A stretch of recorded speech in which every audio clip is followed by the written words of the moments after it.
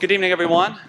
I'm Steve Edwards, the Executive Director of the Institute of Politics, and pleased to have all of you with us tonight for what I know will be a great conversation titled Rauner versus Quinn, Who's Winning, Who's Spinning?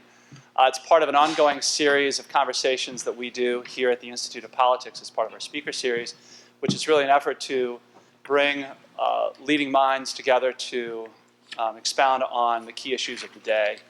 Politics, public policy, and the like. You can find out more about all of the events that we do at the Institute of Politics on our website at politics.uchicago.edu.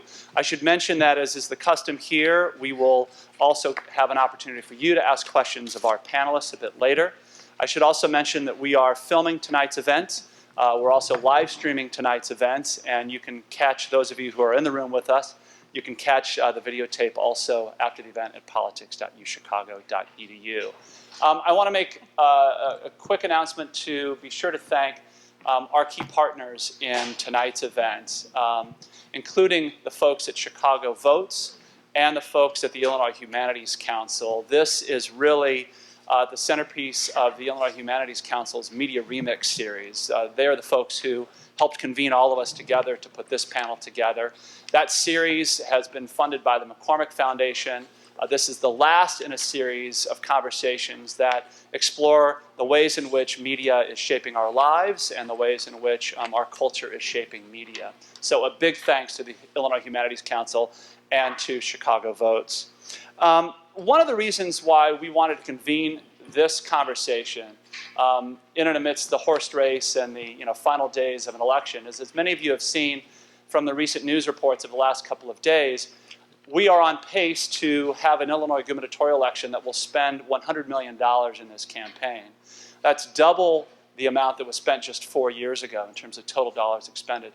And I think all of us know, if we follow politics at all, that the vast majority of those dollars are going for media and messaging, specifically television ads, although not exclusively so. And I think the question is, what's happening with those messages? What are we learning? What are we not learning? How are those messages shaping our perceptions of candidates and issues? What's important, what's not important? What's being obscured by the noise that's created in the modern media campaign? What can we learn from it? What's good about it? Those are some of the questions that we want to explore today. I'm going to stop and turn things over to my very good friend and former colleague in public radio, Cheryl Corley, who is going to lead tonight's conversation. As many of you know who listen to NPR, Cheryl is an outstanding correspondent, a real student of politics in this town and across the country. And she is somebody who's covered politics in and around the Midwest and in Chicago for more than 20 years. She's the Midwest correspondent for National Public Radio. She will lead us and introduce our panelists. So please join me in welcoming Cheryl Corley. Cheryl, thank you. Thank you, Steve. Well, you know, Chicago is my hometown, and I moved back here after Harold Washington was elected the city's first black mayor, and I covered his first administration and his subsequent re-election, and it was just one of those moments in time, an incredible time to be a young reporter. I was just 10 years old, and I was covering just a huge political shift in this city. And you know, there's this old political saying, more than 150 years old, that was very appropriate for the times. And it's an adage that's a favorite of Chicago polls. And some of you might already know what I'm going to say, because it's very appropriate for this race as well. And that old saying is, politics ain't beanbag. And it's a rough and tumble occupation where spin is a major component, where campaigns use different tactics to sway public opinion. And that can make it really difficult for voters to sort out what's in their best interest, who to vote for. This governor's race is extremely close. We'll be talking about that tonight. And a Republican hoping to capture a seat that a Democrat has held for years. The last time I covered a big tussle between a Republican and a Democrat where it was a real race was in 1998, when Secretary of State George Ryan was running against Democrat Glenn Pritchard, who was a congressman, and George Ryan painted him as too extreme because Pritchard had voted against a ban on assault weapons and against criminal background checks. My, how times change. But spin, so it's a hallmark of political races. So what is the role of the media then in sorting all of this out? What's important for voters to know, what's factual, and what's not in this race that features an incumbent seeking another term and a political neophyte with a deep business background? What separates fact from fiction in a race where media buys have made this, as Steve said, one of the most expensive governor's races in this state's history? What's not being covered, and how can we use media to make informed judgments? So we have a wonderful panel here tonight to discuss this race. Their bios, I think you guys might have that, but let me give a very brief introduction of them all. Tom Bevan is the co-founder and executive editor of the nonpartisan political website Real Clear Politics, which can help you out if you're in a jam. Charlene Carruthers is a political organizer and national coordinator of the Black Youth Project 100. I'm buying a shirt from her later tonight. Madeline Dubeck is the chief operating officer of the nonpartisan Reboot Illinois and a former political reporter and editor. And Michael Silverstein is a professor of anthropology, linguistics, and psychology at the University of Chicago. And also nonpartisan. And nonpartisan. We're going to be looking at a lot of commercials and clips from the debates and kind of analyzing them and getting our panel's take on them and talking about this race that's going on. And we only have 5 days left before the election. Some people may still be on the fence. So I want all of you just first to take a moment to talk about maybe a couple of things that we should know about this campaign that you think will help us decipher the spin from the facts. So, why don't we begin with you? I'll start with you, Tom. A couple of things that we should know about this campaign. Well, that's a good question. You know, what we've seen here in Illinois is what we've seen all across the country. We've seen an electorate that is anxious, that is angry. There's a real populist strain, an anti-incumbent strain, and that's really made this election very, very unique. If you look at some of these Senate races where Republicans have, for Kansas, for example, where Pat Roberts is in a lot of trouble, and a lot of incumbent governors across the country, Republican and Democrat, are really in trouble because of, I think, primarily you look at any of the polls, and certainly it's true here in Illinois, the economy is the number one issue on the minds of voters. And while we have seen a recovery that has taken place over the last few years, and we've seen the stock market reach all-time highs, we really haven't seen that filter down to Main Street. And the perception, which is often the same perception as reality, is certainly true in politics. And so while Pat Quinn is able to go out there and tout job creation, and those statements are true. The tough thing about this campaign is that, and this is true of every campaign, is that we have two separate sets of facts, unfortunately, sometimes, where Pat Quinn would say, well, we've created X number of jobs. That's true. Bruce Rauner will tell voters Illinois is the worst state in job creation. Well, that's also true. It just depends on facts can mean whatever you want them to say if you torture them enough. And so I think given that the economy is the number one issue on the minds of voters, to sort through the economic statistics and the job statistics, I think, is the most important thing. And to do that, you have to go find, you're not going to get that, as I said, just by watching these commercials that we're being bombarded with, which is Pat Quinn's telling the best possible side of his story, Bruce Rauner's telling the worst possible side of Pat Quinn's story. So you have to be able to go and get some objective analysis of where the economy is in Illinois and how it's doing. And unfortunately, that requires some effort on the part of voters. Okay. Madeline, it looks like we don't have to go down the line. Looks like you want to jump in. I was just going to, to segue on what Tom was saying, he's absolutely correct, and yet after Bruce Rauner won the nomination by a very narrow margin, I suggested that this coming campaign was going to be about who wins the fight to represent the little guy. And that really has played out, and yet, ironically, as Tom points out, it's about the economy, but there's been very little discussion about what either of these two men would actually do in any level of specificity about our economy in Illinois, about jobs, about taxes, about the pension crisis we face in Illinois. And that's something that I think that people should be thinking about as they look at these messages and try to discern for whom they want to vote. Madeline, why don't we go with you now? I'm sorry, Charlene. So election time is always interesting to me. As we get closer to the actual election day, because that's the moment when I start to hear the radio ads that are pandering to my community or appear to be pandering to my community, and particularly using the use of choirs and the attempt to use the language that young people use. And so for me, I hear lots of rhetoric, and I'm really excited for us to watch the ads and to dive into different parts of the debate.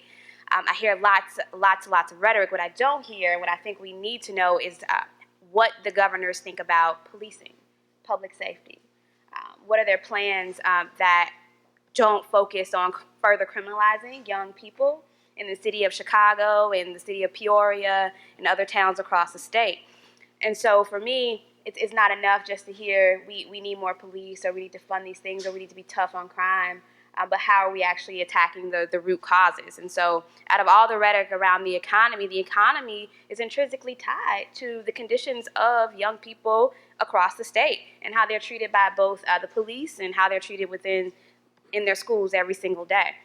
And so what I think folks need to know is actually what the candidates are not talking about. And it's something that is extremely relevant, not just for me personally, but for the many of the young people that I organize with in this state, and then also across the country. So if we're going to talk about the economy, we have to go beyond the rhetoric of the so-called middle class, because the middle class, even by the most basic definition, is constantly shrinking. And those of us who may believe that we're a middle class may be 1 or 2 paychecks away from not being middle class.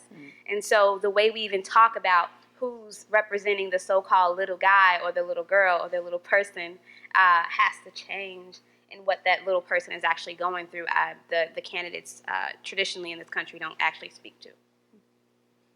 All right, thank you. Michael, why don't you wrap us up here on this question? Well, briefly, my sense is that this election is not about this election, if you will. I think the intelligent voter has to look a little bit beyond it and understand the nature of the political forces in this state and their current condition, and the way in which dissatisfaction with the economy, as it were, and other kinds of issues are constantly, as we'll see in the ads, being transformed visually and in innuendo and so on and so forth into a dissatisfaction with the political status quo or not. I mean, when all is said and done, you have an incumbent governor politically between a rock and a hard place. I think it starts with the syllable "mad,"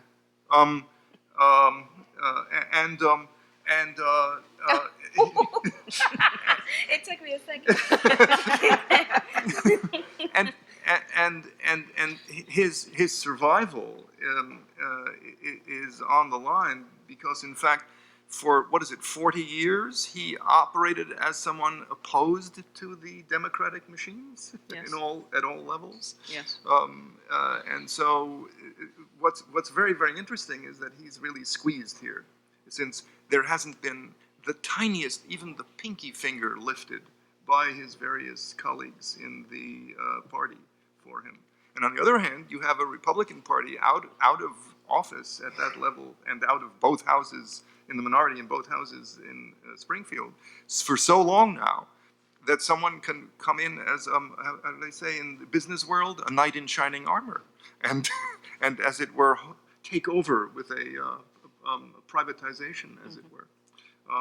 So it's a business model of what Rauner offers to the Republican Party. So if you look more widely, it seems to me, which is what voters need to do, it seems to me that that all of the spin of, for example, about jobs, about the economy, about this, that, the other thing, is being, as it were, metaphorically laid onto dissatisfaction with the political status quo for both sides, both Democrats and Republicans. Okay. All right. Well, let's get to it. We have a short amount of time to look at many things. There have been 3 debates held by these 2 candidates, one in downstate, 2 here in Chicago. I'm just interested, how many of you saw one of the debates at all? Just a few? Okay.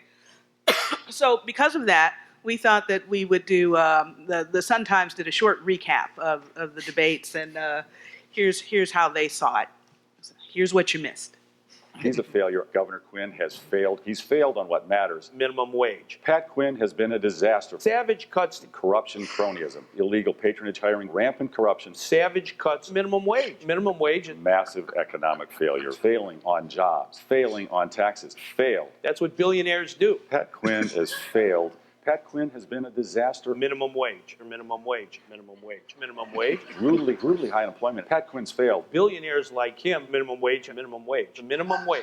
All that money, minimum wage and minimum wage. Pat Quinn has been a failure, just like he's been a failure. He's a phony. Pat Quinn's a phony. He's also a phony. That would be a disaster for us. He's a phony on this. Minimum wage, minimum wage. Pat Quinn has failed. You've been a failure. Suffering brutally high crime. You've been a failure. That's what billionaires do. Savage cuts. I'm running against a billionaire. Savage cuts. Savage, radical, extreme cuts. Brutally high, he's failed. That's how he's made all this money. Minimum wage. That is crushing. So that's what you missed. Brilliant. Well, let's talk about, to be fair, they did talk about a few other things, but No, they didn't. but their main points really have throughout this campaign have sort of boiled down to that, where we have Bruce Rauner characterizing Pat Quinn and anything that he has done as governor as a failure, and Pat Quinn characterizing Bruce Rauner as a rich guy who's pretty clueless and who has fought against or opposed the minimum wage.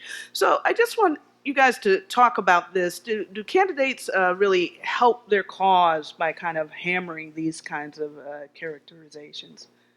You think people really buy into, how they're portraying their opponent? Well, let me step back for a second and just say debates have become really these political set pieces, right? And the only time that both candidates go into the debates basically not wanting to make a mistake. It's a very conservative, and you saw right there, they stick to one message, and the idea is to just not make a mistake and get through it, because that's the only way debates actually really impact races. You can't necessarily, you're not going to win a race based on a debate performance, but you can certainly lose it, as Rick Perry found out in 2012. You can totally implode and lose the confidence of voters. So debates don't help you find out anything new or interesting about the candidates necessarily.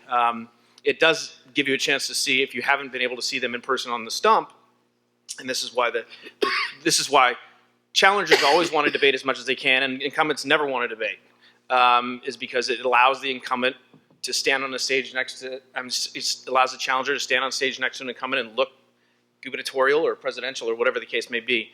But back to your question about whether these messages, whether they work. It's interesting. There's a couple of interesting points about that. In the 2010 gubernatorial recall election up in Wisconsin, right? Scott Walker. $40 million was spent. Unions, everybody was in that race. All sides, outside special interests poured money, and it all. I mean, $40 million. I think there was like $20 million that was spent in the last couple of weeks, and the polls looked like it was going to be close, looked like it was going to be very close, and Scott Walker ended up, he won going away. He actually got more votes than he did when he ran for office the first time. But what people found when you came out of the exit polls and they were interviewed, they said, when did you make up your mind in this race? And 95% of them had made up their mind 3 weeks ago before any of that money had ever aired. So you do, and especially in a race like this where you do have, and as a country, we're very divided politically. Most people have already made up their minds who they're going to vote for. These ads are not affecting them. They're not swaying undecided, they're not swaying any of the partisans, and that leaves, they're trying to reach a very, very narrow slice of the electorate who are truly undecided. So that's one thing. But what you're seeing now, and in many ways this race is sort of a microcosm, a rerun of the 2012 election between Obama and Romney, right? Quinn is trying to tag Bruce Rauner as exactly what President Obama painted Mitt Romney as, right? A greedy vulture capitalist who's been outsourcing, jobs and all that, and vice versa. And what we found in that race, though, Obama actually was able to make that frame fit around Romney, and he did it by spending money not at the end of the race, but early. And so I think where Pat Quinn has had similar success by hammering that message, not in the final few weeks of the campaign, but starting really, really early, as soon as Bruce Rauner came out of the primary. They've been hammering it for months now. So they planted the seed, and now they're seeing it sprout, and they're hammering it home. Everybody knows it now, but I think they did have success early on, and Bruce Rauner's been on the defensive much of the time, fighting off that frame. Professor of linguistics, how does it work? I mean, is it working? I mean, Well, my sense is that as we saw from this wonderful amalgam from the Sun Times, is that indeed repetition it has almost a kind of what you would call a poetry to it, and it's that repetitive poetry of these sorts of things which become almost slogans by which one can identify people, and that's crucially how it operates. So negative messaging is to, in fact, have a little slogan like billionaire, something or other. I think there's another B word there, but I can't say it. Bully. Bully, there you go. yeah. Good, Madeline. Thank you. Thank you. Great save. This kind of negative messaging becomes a kind of slogan, which in fact gets wrapped around the other candidate, as it were. And in terms of Quinn does have a problem with positive messaging. There's no doubt about it. And Rauner, to a certain extent, does as well. So in a certain way, it's these negative messages acting as poetic slogans that get wrapped around the other candidate that are really crucial here. All right, I want to go on to the next one. We're going to stick with the clips from the debate for just a moment to show you that they did at least talk about other things or address other issues. So let's take a look at this one. This is about education spending. Mr. Rauner, since you didn't specifically answer that last question about how many jobs you've created and where, I'm going to try another one. You've repeatedly said that you'll increase education spending. How much specifically do you plan to increase education spending by in the next budget, in your first budget, and where will the money come from to do that? This is the most important topic that we can discuss. Education is the key to the American dream. Education is the most important thing we do together as a community. I have a proven record over 25 years of being an education reformer and an education advocate. I personally donated tens of millions of dollars to improve public education, teacher training, scholarship for low-income kids, bonuses for teachers who become nationally board certified. I've been dedicated to education. We have a $36 billion state budget. There is money in the budget for education if leaders make education the priority. Pat Quinn has been a disaster for education. He's been in Springfield for over 30 years. Education has been nowhere on his personal agenda, except as governor, he has increased our taxes while cutting education funding in the schoolroom by over $500 million. I'll increase education funding by over $500 million, and I'll have it increasing every year going forward. It's the #1 priority that we should have for our taxpayer dollars. You said you will increase the budget, the education budget, by $500 million, and you think you can find the money somewhere in the budget. Where do you intend to cut the budget in order to come up with that $500 million? Cutting wasteful spending and having a growth economy. Wasteful spending and a growth economy. Before we beat up on Mr. Rauner, I figure I figured we should play the clip from Pat Quinn. He was also asked many questions during this debate. So let's hear that one as well. And Mr. Quinn, why don't you want to give a yes or no on whether you were going to push for making the income tax increase permanent after the election? I've already talked about it last March in my budget. I said we should maintain the But I income would tax rate. understand a yes or no. I know you. Well, that is my answer. I think it's a very clear answer. I laid out my budget 6 months ago very clearly. I've campaigned on that we need to maintain the income tax. At the same time, give annual direct property tax relief, a $500 refund to every single homeowner in this state. That's a specific, concrete plan. It also includes tax relief for working families raising children through the earned income tax credit. That's what I stand for. I'm campaigning on it, and I'm going to keep doing it until we get it done. So I'm not confused. You are saying, yes, you need the permanent tax increase. I said Even that if in you our lose budget. the election? I said in my budget, the proper way is to invest in education, to make sure we have property tax relief that's specific, annual, that goes to people who need it the most. More than 2 million homeowners in Illinois every year would get a $500 property tax refund under our budget. Okay, the worst thank you. tax is the property tax. It's not based on ability Time is to up. pay. Thank you very much, Governor. I appreciate it. All right. So, are you guys satisfied at all that either of these candidates are really answering the questions? And if people are if people are just starting to pay attention, you said like 3 weeks before an election, and they're counting on debates perhaps for information. Madeline, I'm gonna ask you: Are they going to get it there? I think that the debates are useful in that you can see from the question if you really think critically about what's being asked and the answer that's not coming. You can see where the gaps are, and that helps you make a decision and come to a conclusion. So neither, as I said earlier, neither of these gentlemen is answering a question directly. They're pivoting and turning around and very quickly changing the message to attacking the opponent. Bruce Rauner doesn't want to say how he's going to come up with more money for education because he hasn't figured it out yet, or if he has, he's not going to share it with any of us before the election because we won't like the answer. And Pat Quinn slipped up once and said that he was going to be raising the income tax, or that he would like to. He's tried to do that before the end of the legislative session at the end of May, and he did not succeed. Isn't maintaining an answer when he says he'll maintain? Is that? Well, and that's we could have a whole discussion on the rhetoric of that, I suppose, because the law right now is that the tax rate is supposed to drop to 3.75% on January 1st. And so some of us would argue that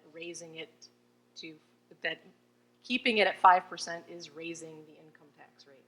But I don't want to get off on a tangent. It's maintaining the current rate, you might say. Yes, it is. In that sense. But what is very interesting about both of these answers is that, as you were pointing out, they take a theme or topic, right? So the first one was education. Yes. And then you get a spiel on education, right? Which nobody bothers much to verify in any sense, and perhaps even the people weren't ready to follow up on. Or, again, with Quinn, the theme is taxes. So his message on taxes is, I'm going to give homeowners a rebate because that's a regressive tax, right?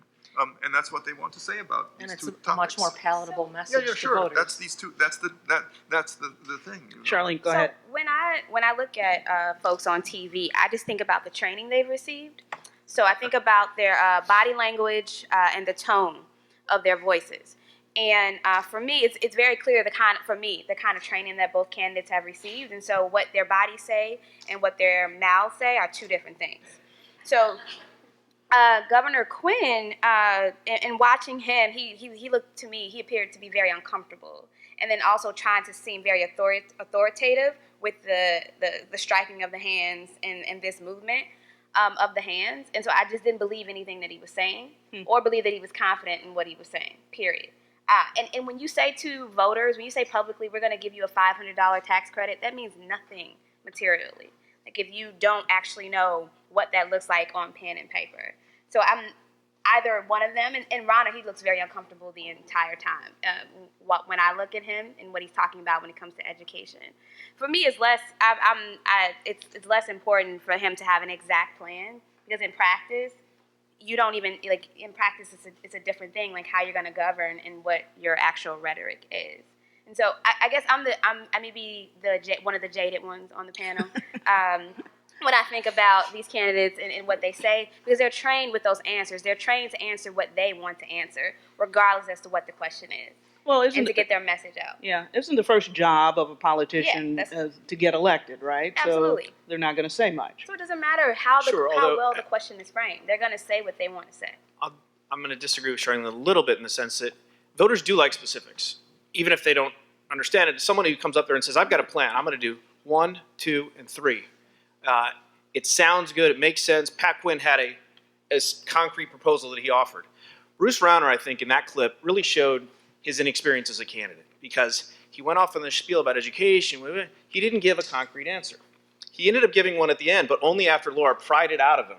And if a more experienced candidate, a better candidate, would have answered the question up front and said, regardless of what you think, whether you think this is possible or not, he should have said, I'm going to put $500 million back in the education budget, and I'm going to do it by getting rid of waste, fraud, and abuse in the government, and I'm going to jumpstart the economy, and then go into his spiel about what a reformer he's been and how Pat Quinn's been, because he would have appeared to have answered the question, and instead he looked like he was avoiding the question, and voters pick up on that.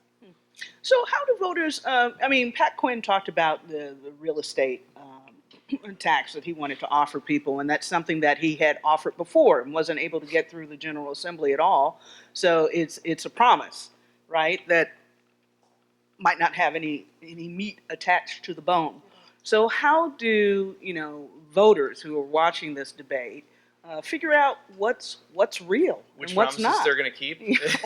or what's real? Well, for me, when I hear the $500 credit, I hear Mitt Romney talking about the credit on the healthcare plan that he's going to implement. Like, that's the first thing I thought of. And how materially it meant nothing for me to hear about what kind of tax credit I was going to receive, or the voucher. It was a voucher, it was a voucher that he was offering. And so specifics to me in that way, they matter if I actually think they're possible, if it's actually going to happen. So that's the piece for me. All right, but if we're talking about having an informed electorate and people who want to know details, Tom, what do? Do they go to your website? Do they go to Madeline's website and try to figure it out on their own, or They have to read just the not? state budget, maybe. And who's going to read that? Yeah, look, It's tough. It's tough, and it's getting Yeah. tougher, especially in an environment where you do, and this is more probably nationally than locally, but you do have, the great sorting going on. So you've got, liberals watching MSNBC, conservatives watching Fox, everybody's getting their views reinforced constantly. You do have some, I still think the media plays a really important part in terms of, finding out and being able to present objective facts to the public, right? Whether it's fact-checking ads, whether it's checking, claims, whether it's holding people accountable for their promises. Nobody's going to be able to stop a politician from making promises, and you're not going to know whether they're going to be kept or not until after the vote's taken. But certainly, I think with so many negative ads and so much distortion going on out there, you can say to voters, look, it's up to you. You've got to go to the Illinois Chamber of Commerce or go read the state budget, but nobody's really going to do that. They don't have the time to do that. Right. And so you really do need sort of a neutral arbiter, and that's the role that the media has traditionally played, and really it's become now more important than ever. But what I find so interesting about coverage of politics is that coverage of politics tends to be, in fact, coverage of these media events, like who said what in a debate, rather than, in fact, a kind of analytic perspective on various kinds of issues against which one can then look at what's been said in the debate or what's been claimed in one of these ads and so forth. I must say, all of the stuff about job creation and education spending and so on and so forth, much of it I find actually reported in articles that you would probably not look at if you're merely following the campaign. You find, for example, stuff about job creation in the business pages of the newspapers, where politics as such is not really reported, right? Because it's not a media event of political sort. But in fact, you find the stuff which informs you about how to interpret what these kinds of claims are all about. Nice segue, nice segue. We're going now to another clip about jobs, and this was one of the campaigns who decided to use the debate. Mr. Rauner, can you give us specific examples, maybe one or two, of successful companies that owned by you that actually have created jobs in the state of Illinois, and how can you are going to use that experience to attract businesses into the state and actually create jobs in Illinois? We've built one of the most respected, most successful investment companies in America at my firm. We've helped create hundreds of successful businesses. Yeah, I have a follow-up to actually Erica's question. You never gave us an example of a company, one specific example over those 32 years even, where you created any jobs. I'd encourage you to come to the website for my old firm. There are hundreds and hundreds of companies there. Many of them have gone But you public. don't remember many any. of them. The point is, there are so many.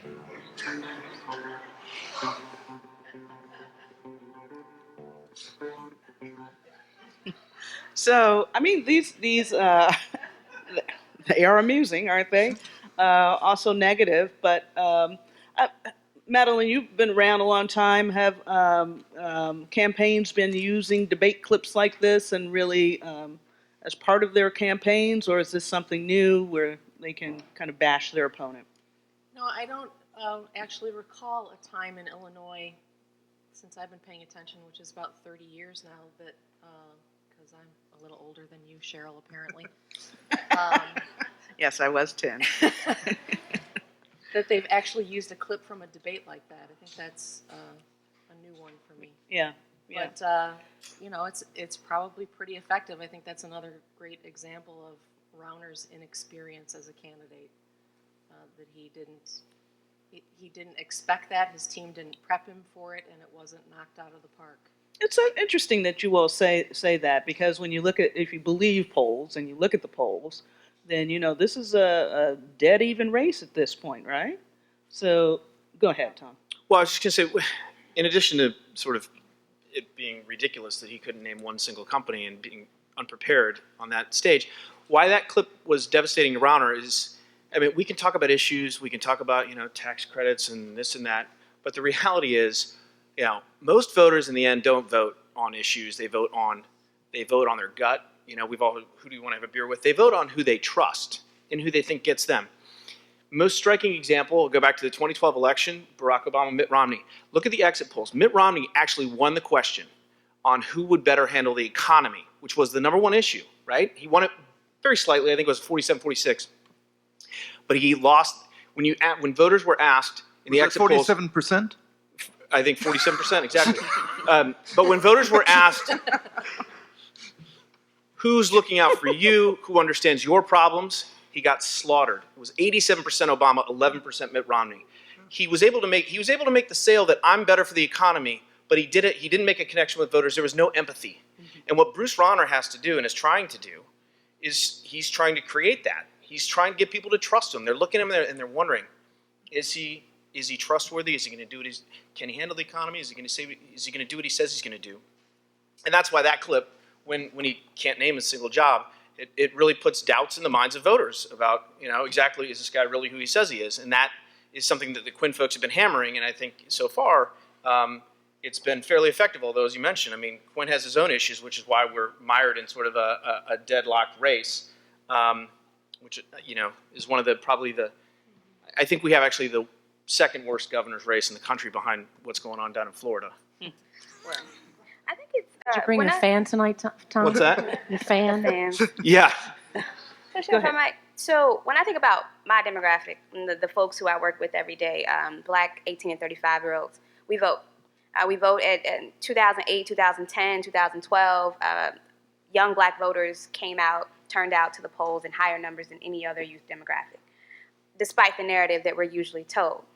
While we engage in the political process, at the same time, we don't trust the elected officials that we even vote for. And so for me, I think at large we can talk about voters trusting the candidates, right, who they find more empathy in. But as a young Black person, particularly like living in the city of Chicago and having lived in different places across the country, I rarely, if ever, trust any candidate. Oftentimes it can be a lesser of two evils. It can be my sense of responsibility to engage in the electoral process, given the history of our country, and then also what I'm afforded to technically as a citizen in this country. And so But you're it's hard. going to vote for the candidate who you think is most looking out for you. I don't think any of them are looking out for me, generally. But the lesser of two evils is the one who Perhaps. you trust the most. No, it's not an issue of trust. It's oftentimes it's about who am I also looking to hold accountable after the election? Who am I most likely to be able to hold accountable? The people that I organize. For me, like elections those are a bigger part of a strategy of building power, right? And so those in office will never be our permanent friends or our permanent enemies. But who am I going to be able to hold to the fire once they're elected, based on what they've said, or knowing that my constituents, my community has actually elected them? That's what I'm more interested in. That's interesting. It's these candidates. I think they know that, and they go about trying to create trust or build trust, or like you say, get people to believe. And so one of the ways they do it is to, I think, tout the endorsements that they receive. And so we're going to look at a couple of commercials now. This is a Rauner endorsement.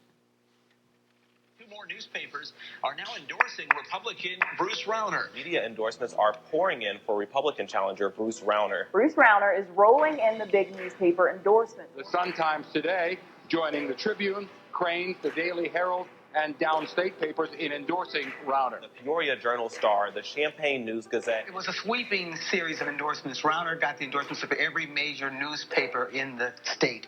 Quinn, 0. So here we have this kind of unique approach again, where Madeline, you talked about never seeing a debate clip in a commercial. Here we have newscast and news analysts talking about the support that Bruce Rauner has gotten. What's wrong with that, or is it wrong to have that happen?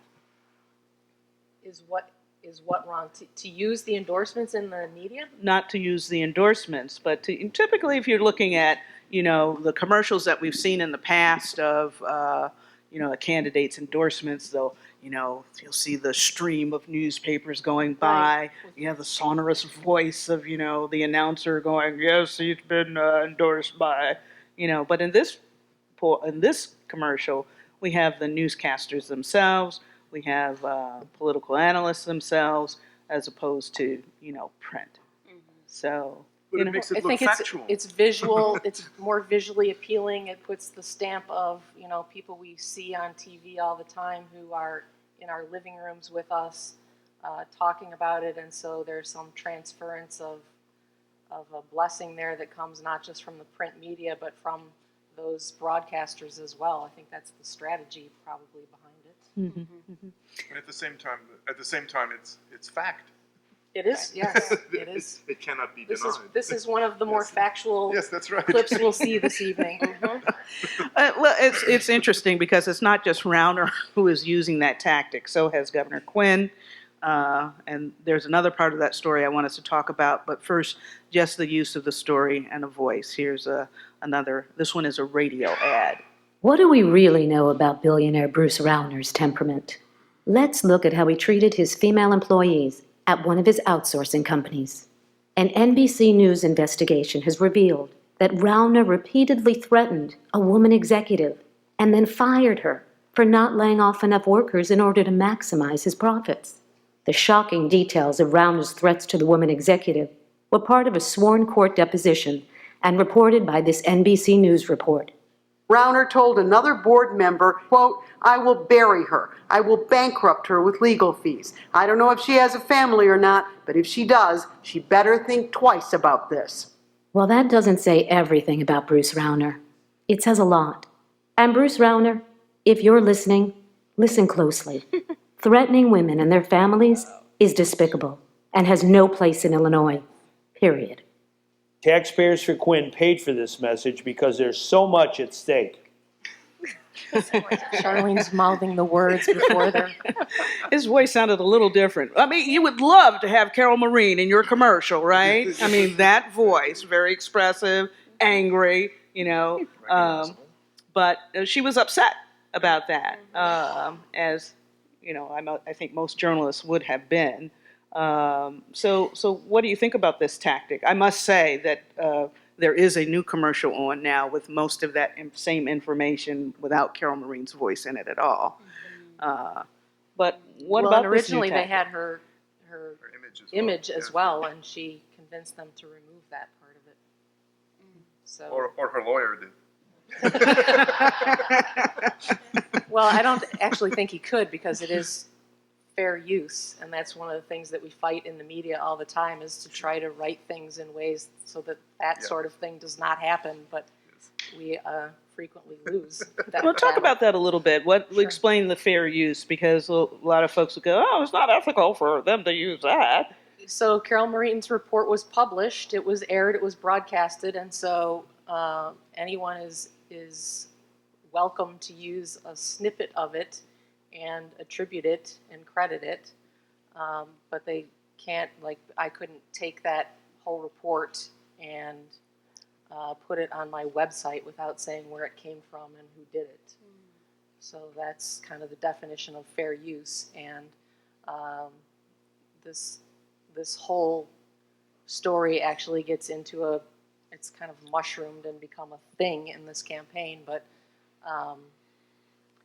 you know, what happens with campaigns frequently is that they will call up reporters and say, "Hey, here's some opposition research on my opponent. You might want to check it out and dig into this."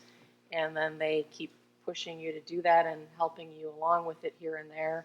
And you do the reporting, and, you know, somebody's background and a lawsuit that was filed is fair and legitimate thing to examine. It can tell you something about someone's history and character and all kinds of different things. And, but, you know, on the other hand, anyone can say anything in a court deposition. That a deposition doesn't mean that what was said in it was true, and yet it sounds very authoritative and forceful coming from a respected journalist like Carol Maureen to say that this is what was said in a sworn deposition. It's absolutely what was in that sworn deposition. So how you think critically about all those different things is very difficult for a lot of us to do. Well, as you mentioned, this kind of blew up into, or mushroomed into a thing, as you said. It led That's to a technical term. Yes. Led to the resignation of a longtime political reporter for the Chicago Sun-Times, Dave McKinney. So what do you all think about that story and McKinney's resignation? And what should voters take away from that? Because McKinney said he was pressured by the Sun-Times after that story was written. But not randomly pressured by the Sun-Times, randomly pressured by the publisher of the Sun-Times, who was a co-investor with Bruce Rauner in Rapports LLC. Yes, we should point out that Bruce Rauner was a former minority owner of the Sun-Times. A principal of that corporation, and as Carol Maureen pointed out herself, the sudden decision of the Sun-Times to resume endorsements was followed by scarcely 8 or 10 hours by the posting on their online site of their endorsement of Mr. Rauner. So it starts smelling like exactly what Mr. Rauner has been accusing Governor Quinn of supervising or presiding over in Springfield. That is to say, a kind of collusion that doesn't look so good. Exactly what Pat Quinn wanted to point out as well, and here's what he did with that information.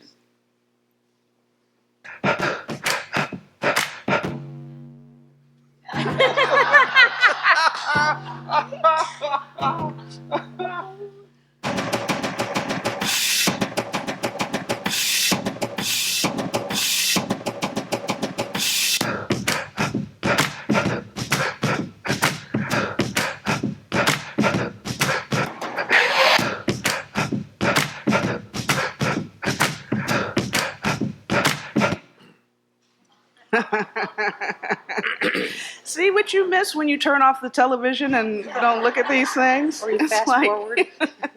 I'm so glad we're able to do this evening for everyone. They spend $100 million on these things. You want to make sure you see them all, right?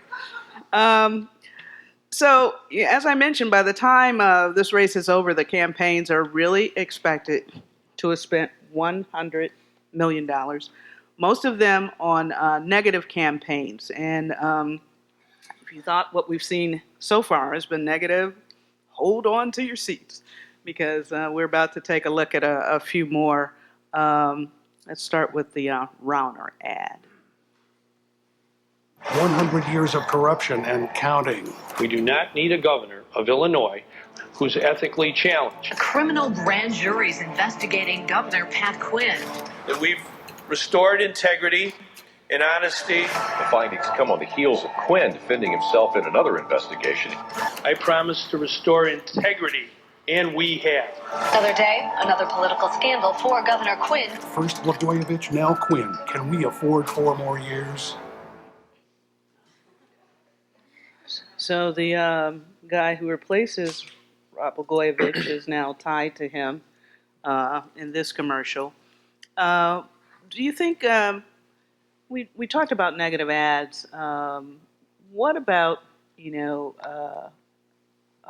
accuracy when we're talking about this particular one? I think, Tom, you had talked about the line 100 years of corruption.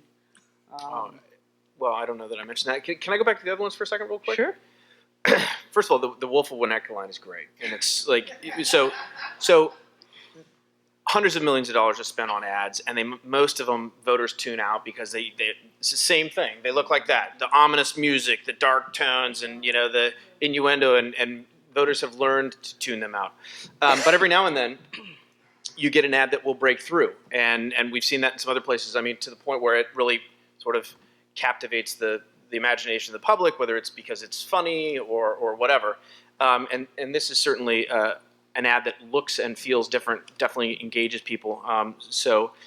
But even back further to the Sun-Times thing, for most of you who don't know, and I'm sure Madeline can speak to this and others, so the opposition research thing, so you get people pitching you all this stuff all the time, both sides. And reporters and editors have to choose to decide what they want to pursue, what they don't want to pursue. But beyond that, it is pretty standard issue when to get a call from a campaign if you write something that a campaign does not like, the other campaign, and to get your ear bent. Sometimes it's done tactfully, sometimes not so tactfully. But it happens. That's sort of standard procedure.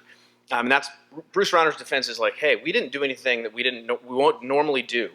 When someone writes a story about us that we take issue with and we think is false or misleading or whatever, we call the editor. It's the other part of it, though, how the Sun-Times dealt with it, that's really, I think, disturbing and causes people to question. So I just want to point that out, that there's a whole thing that goes on behind the scenes with with the opposition researchers. Each campaign, all campaigns have teams devoted to digging up the worst dirt they can find on the other guy or girl, and trying to feed that to different reporters and outlets and see who will pick it up. That's all they do all year long during the entire campaign.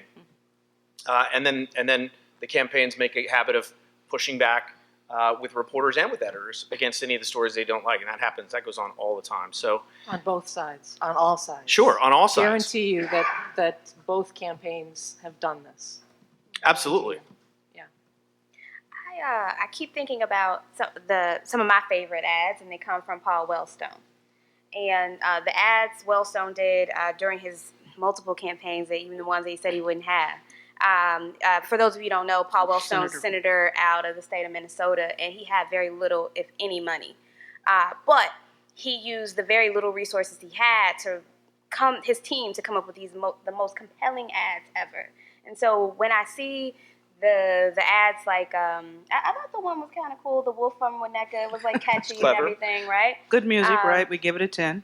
Has anyone here actually seen that ad on television? I've never seen it. I think they made a mistake because I don't see it very often. Well, that's the other thing. A lot of times campaigns will produce these ads and air them online. They won't ever actually go on TV. Yeah, I would put something like that online. Like there's another candidate out of Massachusetts. He was running for Congress. I can't remember his whole name right now, but his ad went viral on YouTube. Right. He didn't have money to put it on TV, and so it depending on like who you're targeting. The internet can be more effective. Mm-hmm. But just the last thing about Wellstone is that I feel like there's just a general lack of creativity in the ads that we see. Folks, they're spending $100 million, and that's what they can come up with. When Wellstone had pennies. They're not spending $100 million on one ad. On one ad, but on their campaign, right. For a Hollywood movie, $100 million would be nothing. Right. But that's what they're coming up with these $100 million campaigns. When, I mean, you can do a lot more with very little. You know, you're going to have a lot of people on the computer tonight looking up Wellstone commercials. Yeah. Let's see. Well, we're going to look at two more before give you a chance to ask some questions as well. We have a couple of ads that have garnered a lot of criticism. I'd like to see what the panel thinks about them. There are few things more terrifying than an elderly person alone and defenseless in a nursing home, being victimized by abuse. An investigation into Bruce Rauner's nursing home business uncovered staff cutbacks to maximize profits. Juries found that helpless seniors had died of neglect and abuse. And all Rauner could say was, "That's what happens occasionally in nursing homes." Really? That's what happens? And let's go to the Quinn. They were just children, our most vulnerable, with their whole lives ahead. Lives cut short, tragically, senselessly, from abuse, neglect, while in the care of Pat Quinn's administration. Incompetence or corruption, it doesn't matter. Pat Quinn failed those who needed him most, and now he wants 4 more years. So these are the bottom of the barrel, right? Yeah. Where you draw these sort of really tendentious associations and accuse one or another candidate of killing someone or being responsible for someone's death.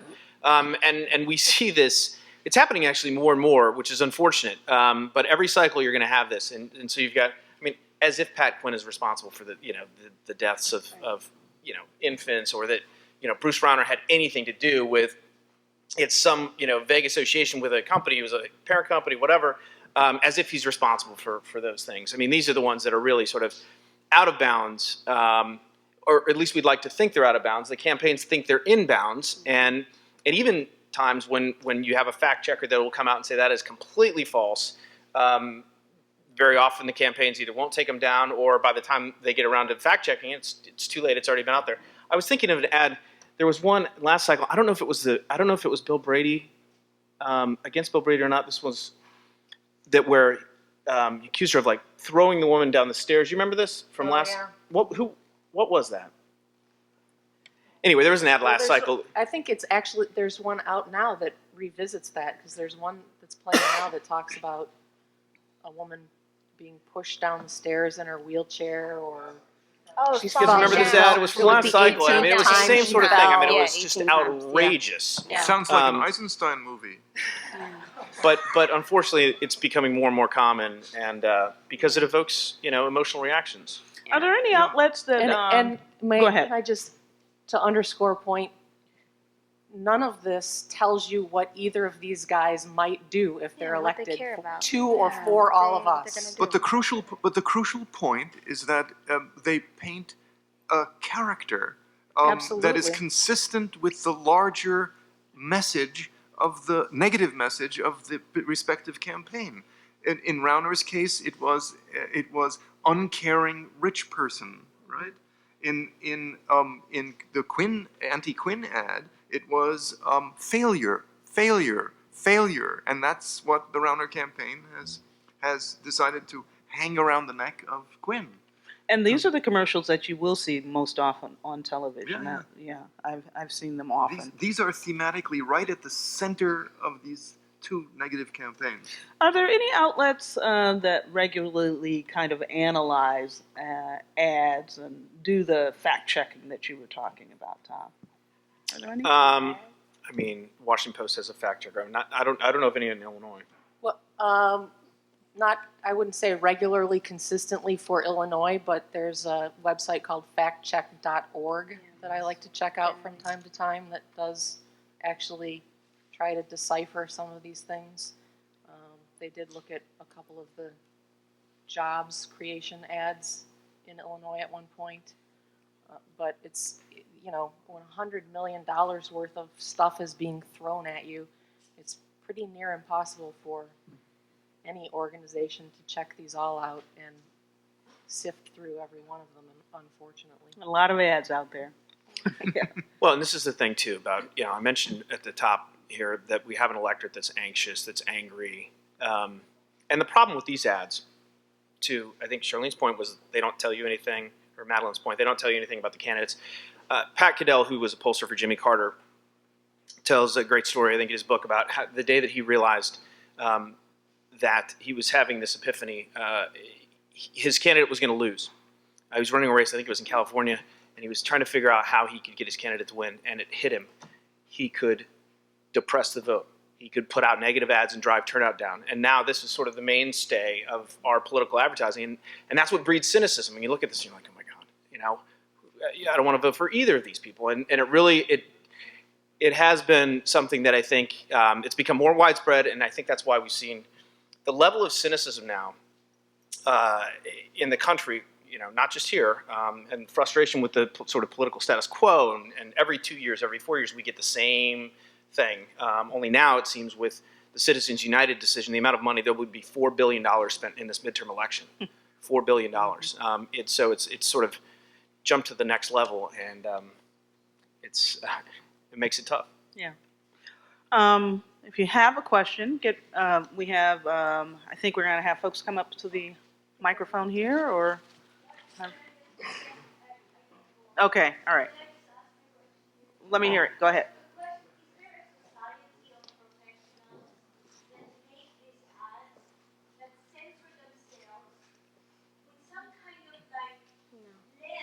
No. No. There's a whole industry. There's a whole industry that's called political marketing, right? There's a whole industry called political marketing, and those are the people who are the professionals who create these things. I mean, most of the money, most of the $100 million goes to the TV stations. Yeah. You're buying the airtime.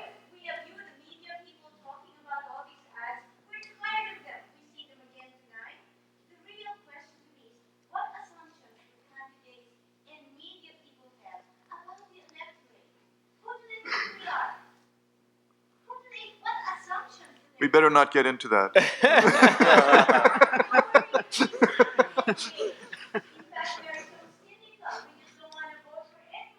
Exactly what he was saying, because of the types of commercials. Well, and I will also that are say being this. put I mean, together. look, this is kind of, it's a double-edged sword, because Michael mentioned earlier, where's the sort of critical analysis, these stories that really dig into what people's platforms are.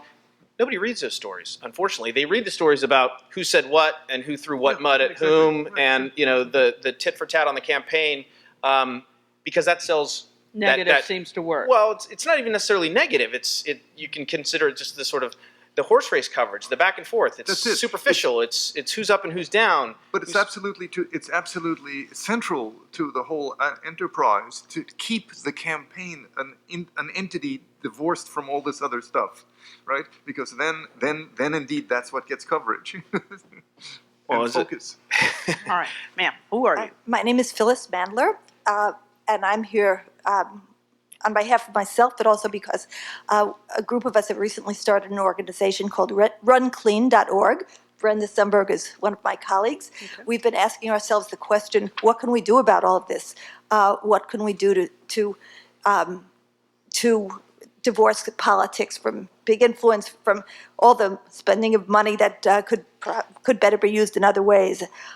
So people talk about Citizens United, overturning that, changing the Supreme Court, constitutional amendment, changing laws, small donor match. And what our organization is trying to do is provide alternatives to how to run campaigns with less money. So we are trying to aggregate information in small donor, in local matches without an incumbent, to discourage people from spending all this money, but to aggregate it on the internet, through print, through forums, debates. Well, I'm going to have you talk to people about this after. Do you have a question, though, for the panel? Well, my question is, what suggestions do you have to further this effort? So can I Go ahead. answer that? What was the name of your organization again? Runclean.org.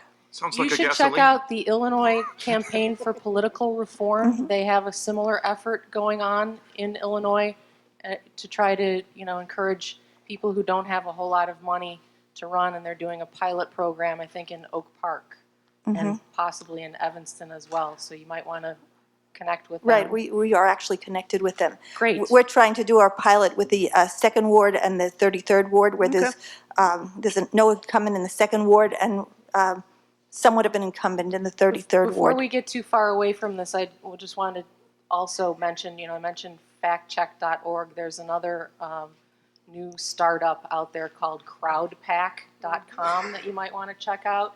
It has some pretty useful tools that allow you to kind of pick where you stand on issues and see who lines up with you. It's kind of focused more on the national and federal Washington, D.C. offices, but that's one to check out. And, please understand that there are some media organizations out there who are trying to get you information, and most of the print media does questionnaires with candidates, and they print those.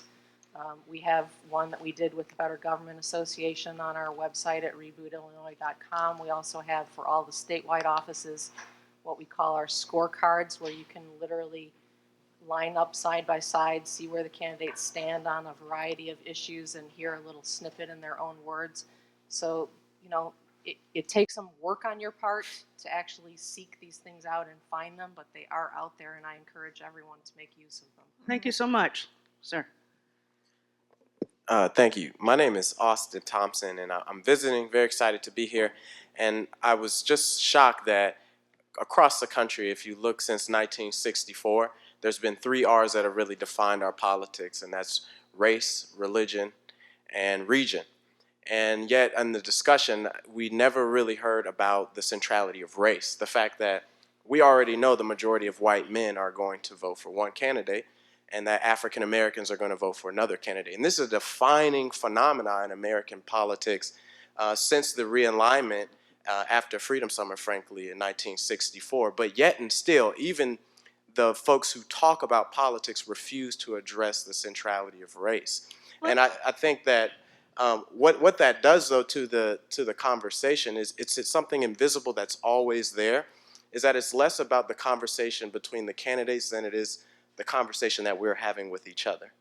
What's your question, Austin? And so the question really is, why is it that race continues to be the elephant in the room that is not addressed, even though we all know when we do voter turnout, it's according to race, region, and often religion? Thank you. Let me, before you answer his question, I'd like to direct it to this race in particular, because we have Bruce Rauner, who started out his strategy where he decided that he needed a certain amount of African American votes, and has gone into the black community, visited churches,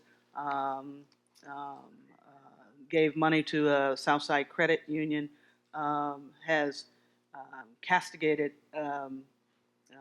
Quinn and saying that he takes the black vote for granted. So let's talk about it in relationship to this this particular race. Has race been talked about? Isn't it an issue? How has it played out?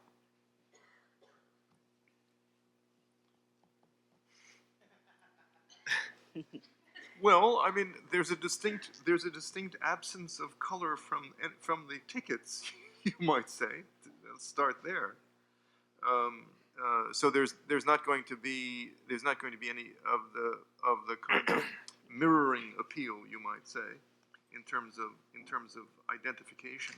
Charlene, okay, and Charlene, you talked about how some issues just aren't being addressed. So, to his point, is that what's happening in this particular race? Yeah, I think in this particular race, race is being used as a device particularly in the media strategy. And so there's this one commercial that I heard on the radio, and there's also a visual one. I think it's on the TV, or it may just be an ad from a black man who is saying, it's a commercial for Bruce Rauner's campaign, and a black man saying, who advocating for Bruce Rauner against Governor Quinn. And so that was intentional. It was very intentional, targeting a black male. Is he a doctor or an attorney? A pastor? A church pastor, right? And so it's used as a device to say, I have like this good citizen in the state of Illinois supports me, right? And he looks just like you. And so perhaps you should support me. And I think this is an issue when we think about Republicans at large in the black community, and how they because it's not just about them being there. They have a legacy, and just practice, like the history, what they're doing and what people know them to do, both nationally and locally.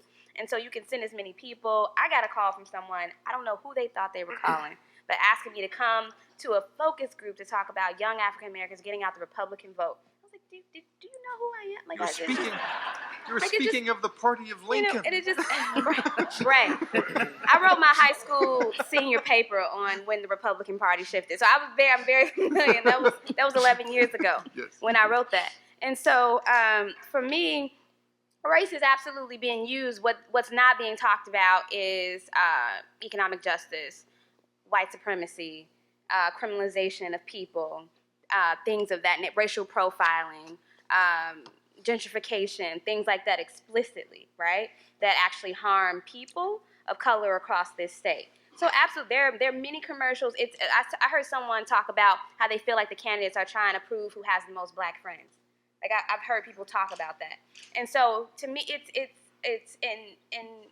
come out in the ads, and it's come out somewhat in the strategy. But race, in the way that I think you're talking about, the issues impacting black folks, Latinos, Asian folks, Native Americans in this state, that is not being talked about. We're lumped into the middle class, which is not, and maybe they'll talk about the working class.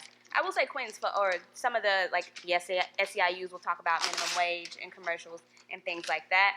But at large, they're not talking about the concrete issues in the way that we know race is a factor. Okay. Sir, your question. Jeff Berkowitz, alum of the university, both the law school and graduate department of economics. I want to get back to that issue that you folks raised of the Dave McKinney story, and I think there were 3 or 4 important things that were left out, and they relate to Carol Marine, they relate to Jim Kirk, they relate to Dave McKinney, and their journalism. So my question, especially to the journalists on the panel, and that I guess would be at least at a minimum Cheryl, Tom, and Madeline, and perhaps the others, what they think of this journalism.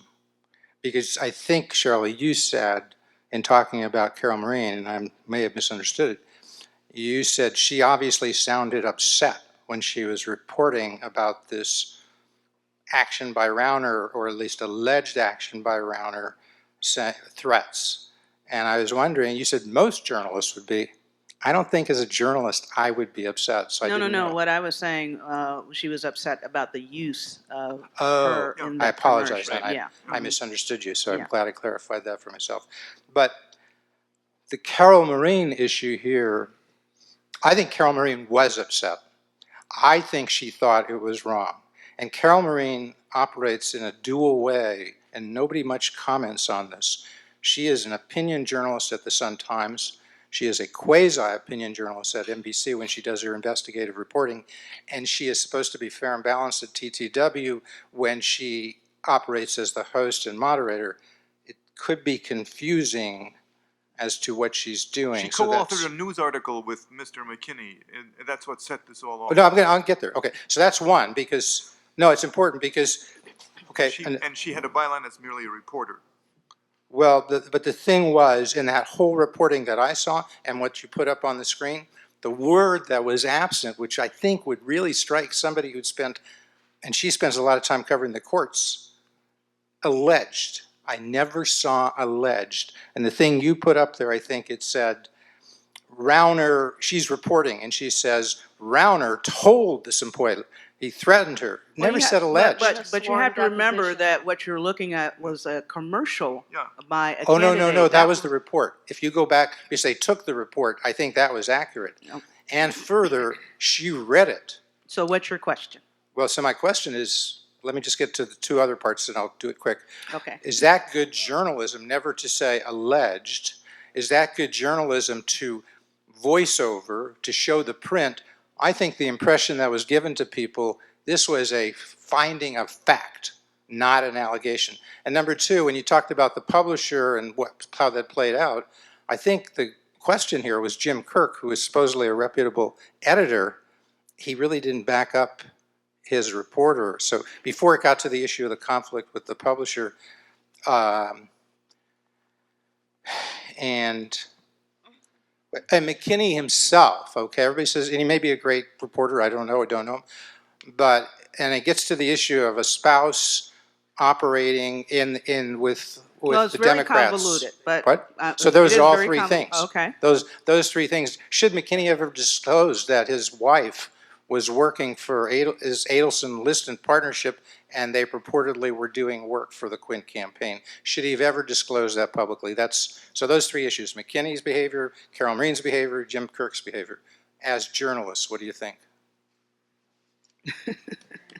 Madeline, take it on. So, there's first another of all, panel. let me disclose that I have worked with all three of those people, and I have great respect for all three of them as journalists and as people. Using the word alleged is not going to ever save you. I have always coached reporters that it's not some get out of jail free card if you make a mistake with your reporting. Just because you say alleged doesn't mean that you have done something right or done something wrong. I have a lot of questions about this and I don't have all the answers, and so I would hate to make a judgment without having more information. Dave McKinney says that he made an arrangement to prevent his wife's work from interfering with his work. Should that have been disclosed? I'm sure most people would say in hindsight, yep, probably. Jim Kirk on more than one occasion actually did say that he defended Dave McKinney's work, and the report in question was ultimately published. Reporters and editors make decisions hundreds of times a day about whether to pursue a story or not. I may or may not have published that story, but I don't have all the facts, so I can't make that conclusion for you right now. Thank you so much. Thanks. Yes, you're taking the microphone away. That's what you're doing. Okay. All right. Well, do you have one? We'll take one last question. Yeah, go ahead.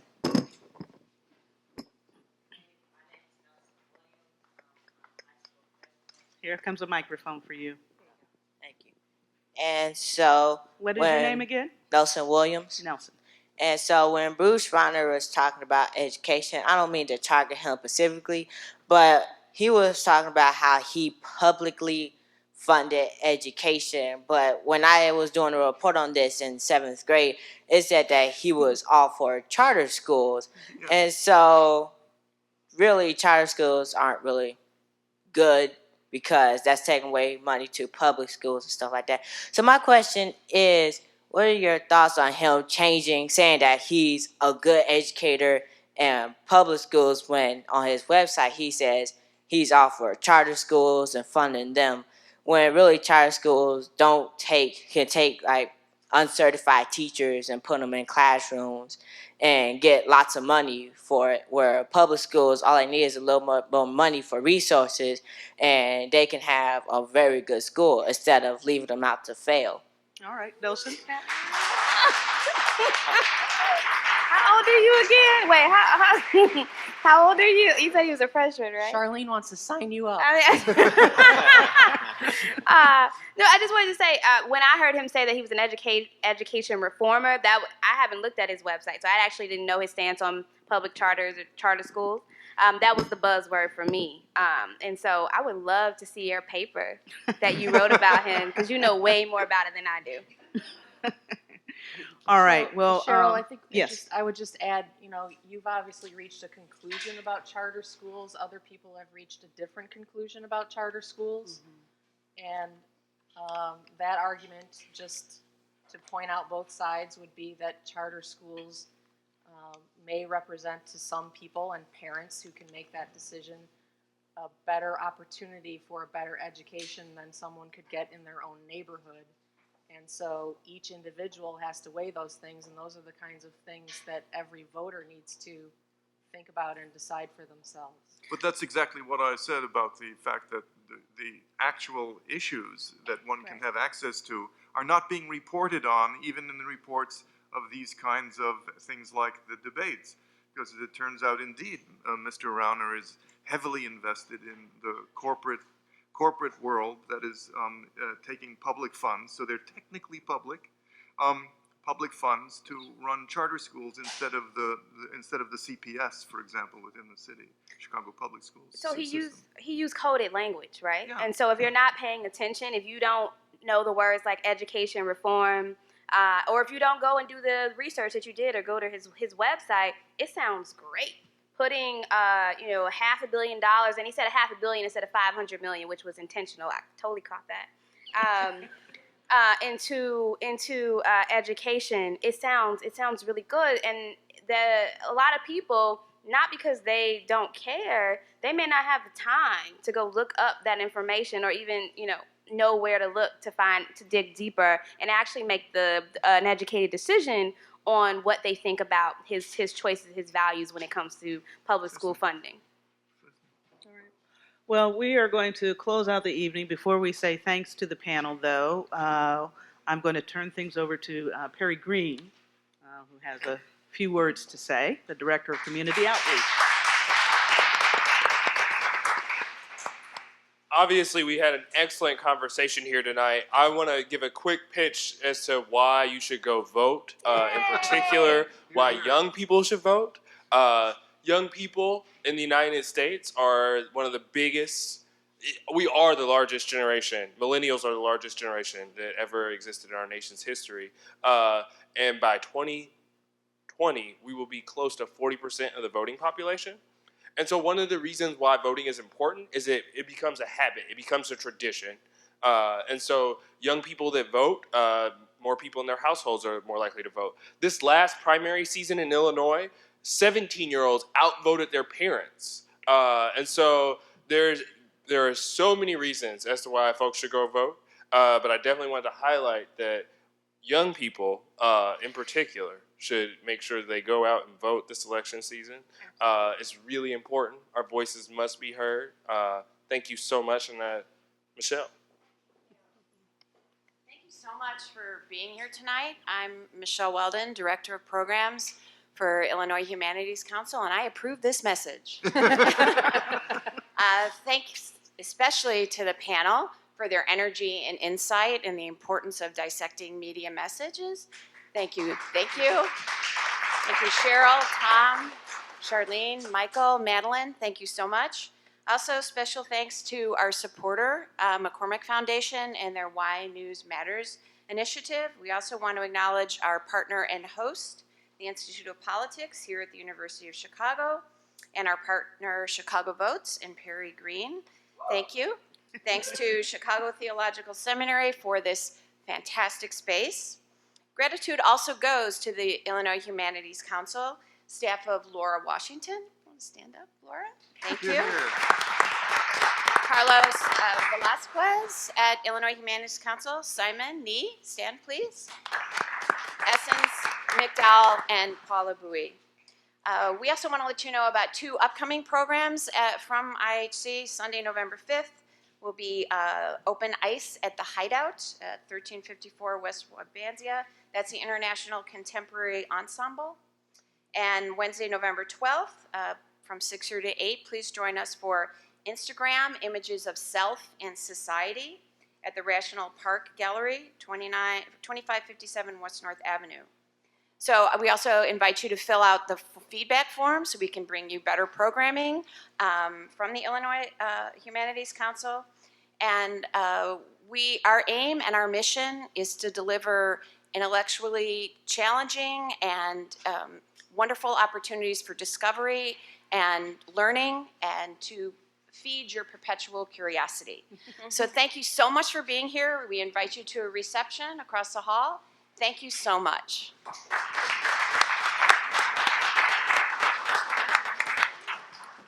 Thank you.